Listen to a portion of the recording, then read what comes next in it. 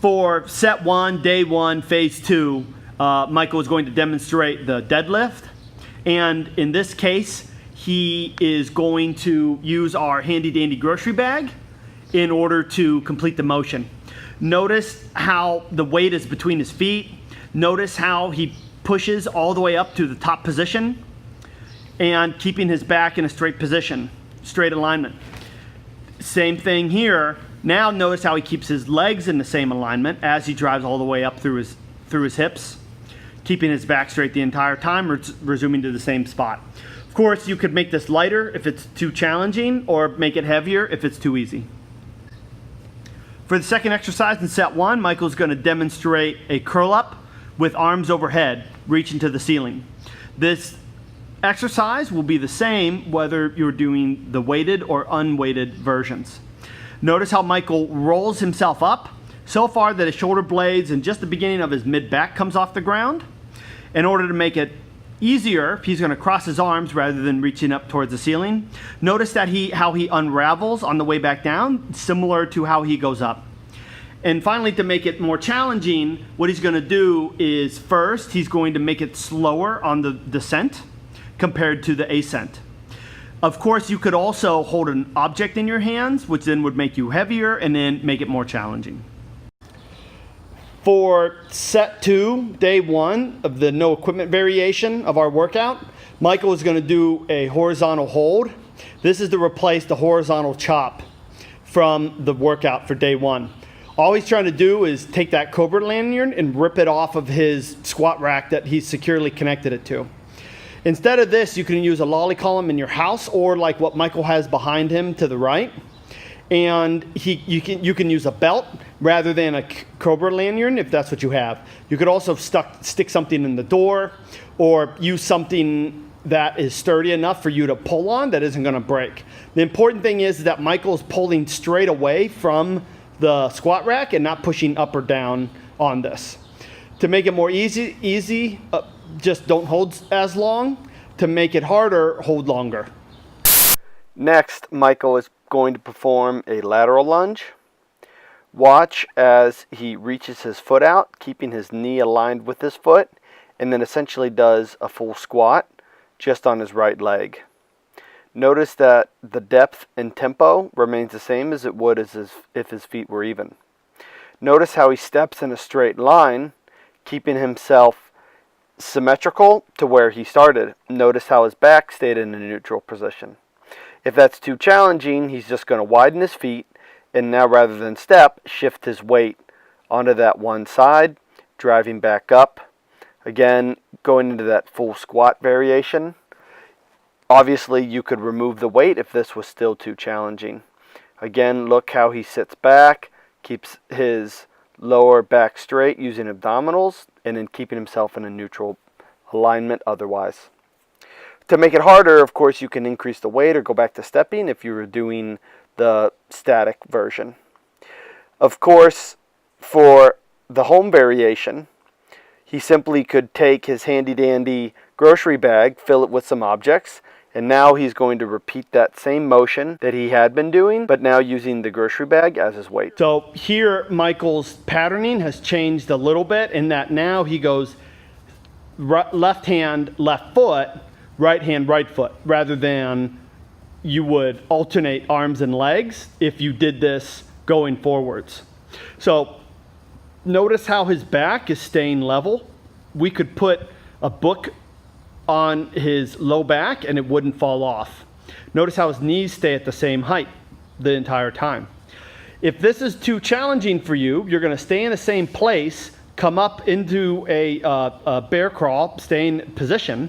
Now you're just going to lift one hand and then you're going to lift the other hand, alternating back and forth.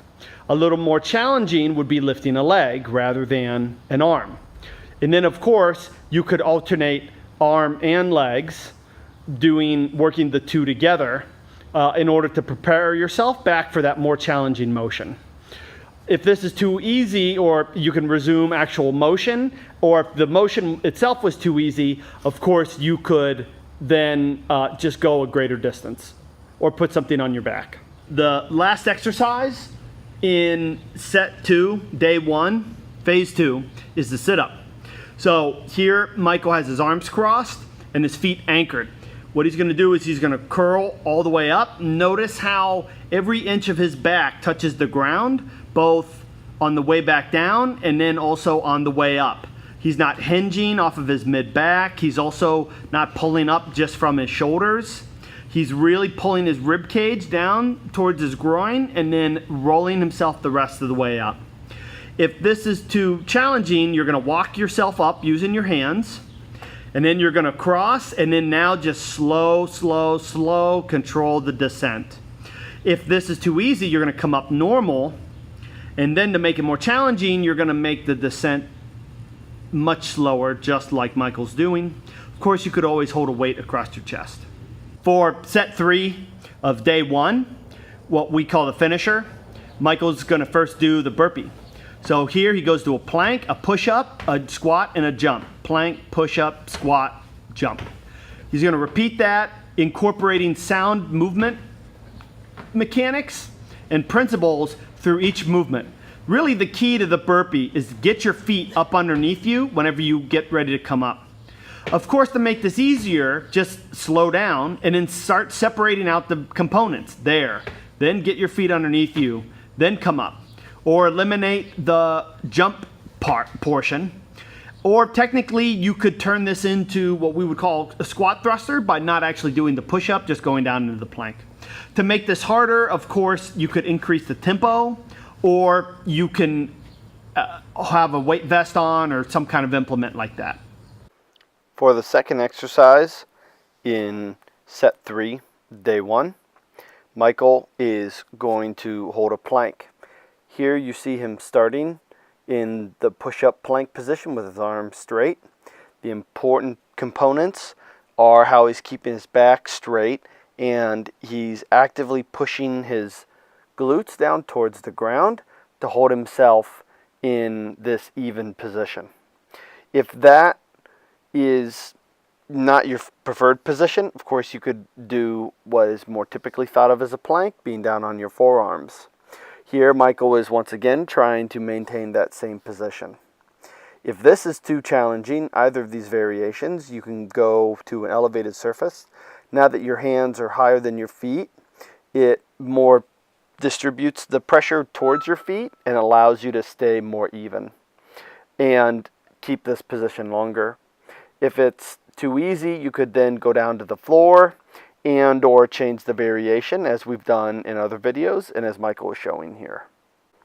For the last exercise in set 3, Michael is going to do a speed squat. Here he's simply repeating the squat motion at an increased tempo. Here it's approximately 1 second per each squat. And notice how he's using sound squat mechanics throughout the motion despite the increased speed. Of course, if this is too challenging, you can change it by making the pace slower. So now look how Michael is taking 2 seconds approximately to complete each repetition. Again, he's using sound squat mechanics.